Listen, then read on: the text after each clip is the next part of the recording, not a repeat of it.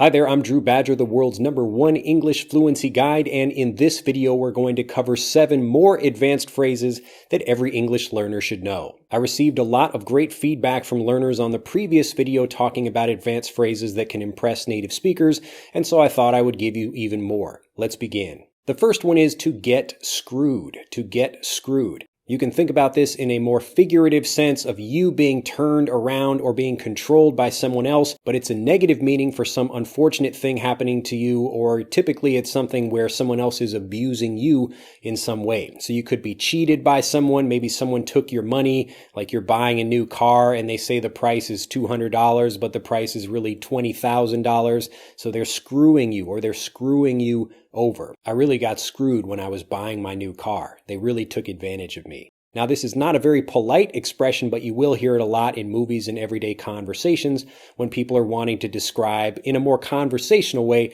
getting tricked or maybe someone doing something negative or awful to you. To get screwed. To get screwed. Next, to give it a shot. To give it a shot. Now, if someone asks you if you'd like to try a particular activity like skiing or skydiving or something like that, you can tell them, yes, I'd like to try that thing, or you can say, I'd like to give it a shot. Give it a shot. And this just means, again, that you want to try something, but it's in a more native and conversational way. Listen carefully to how this blends.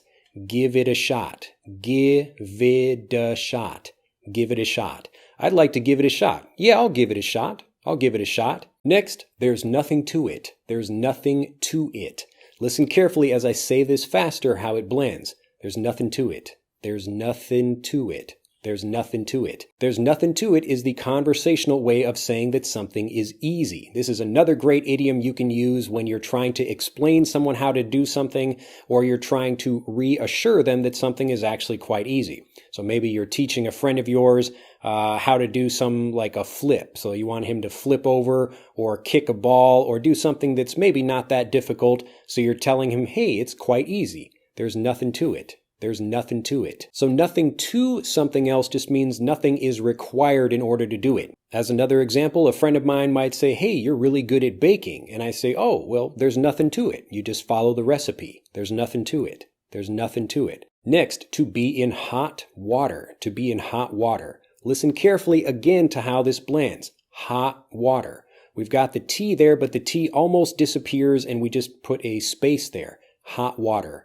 Hot water. To be in hot water means to be in trouble. If you think about yourself actually like a person sitting in a large pot of boiling water, that could be a lot of trouble. It's really hot and, it really means you're in a bad situation. But it's just a more native way of expressing this. So if you're in a situation where maybe it's not too serious, like you just lost $1 million for some company or something like that, you're in a situation where maybe it's like you got some lower grades at school, you got a C instead of a B, or something that maybe it's not too serious again, but you're a little bit worried about it. You can probably get in some kind of trouble for that. So I'm in hot water because I forgot my wife's birthday, or I'm in hot water because I got bad grades at school. Next, to read between the lines. To read between the lines. If you think about reading a book, we've got lines of text on the page, and if you're trying to get the idea of something, maybe the actual words don't say something, but if you read between the lines, it means you're trying to understand what's really being communicated, even if that's not the words being spoken. So it's kind of like an idiom, really. So if you think about the actual words, the idiom to kick the bucket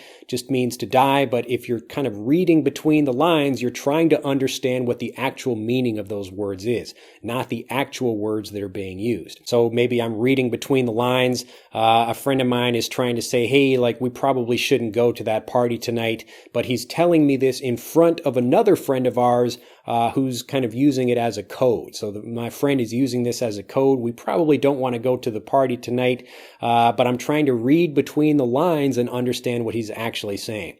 So if I read between the lines, what he's saying is, wow, he like really doesn't want to go to the party because like his ex-girlfriend will be there. But he's trying to create an excuse and he doesn't want to say that directly or in front of other people. So he wants me to read between the lines. So often the communication we get from other people, we we have to listen to more than just the words being spoken. We have to also understand maybe if there's a hidden meaning as well. So whether this is an actual thing that's written down or when people are in conversations, you have to read between the lines. Read between the lines. Next, you can say that again. When you hear someone say something and you really agree with that, you can say, yeah, that's correct, or I agree with that. But in a more conversational way, you can say that again. So if I'm outside and it's really hot, I'm sweating, I've just had some exercise and it's really hot, and a friend of mine says, wow, it's really hot out here. I could say, yeah, you're correct. Or I just sound like a more native speaker and I say, you could say that again, or you can say that again. You can say that again.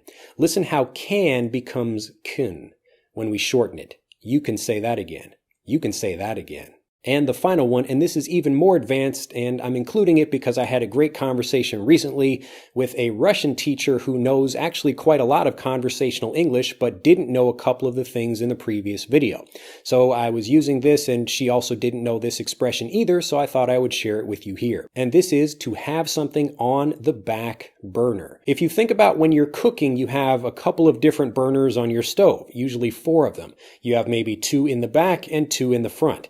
And if you're a professional chef, maybe you will have some high heat on the front burner, so you're actually cooking something, but you will leave something on the back burner just to cook and maybe to stay warm because you're going to use it later. So from that physical idea, we get the more figurative idea of keeping something, just keeping it prepared for later use. So right now, maybe I have a couple of different business ideas. I'm working on one, but I have a few ideas on the back burner. So this just means that I'll probably end up using them in the future, or maybe not, but they're just kind of prepared and ready if I decide to use them. To keep something on the back burner. To keep something on the back burner. Well, that's the end of this video. If you'd like to learn more of these great phrases, do let me know in the comments down below, or especially if there is a phrase that you have trouble understanding and it might become a part of another video. Be sure to like this video, share it with anyone else who also wants to learn more conversational language, and become a subscriber to the YouTube channel if you haven't already. And finally, if you'd like to learn how to build your vocabulary much faster,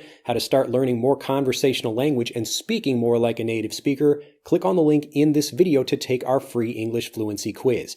It will tell you exactly what you need to do to improve your conversational language so you can start sounding more native. I look forward to helping you with the quiz, which you can take right now for free by clicking on the link in this video, and I'll see you in the next video. Bye-bye.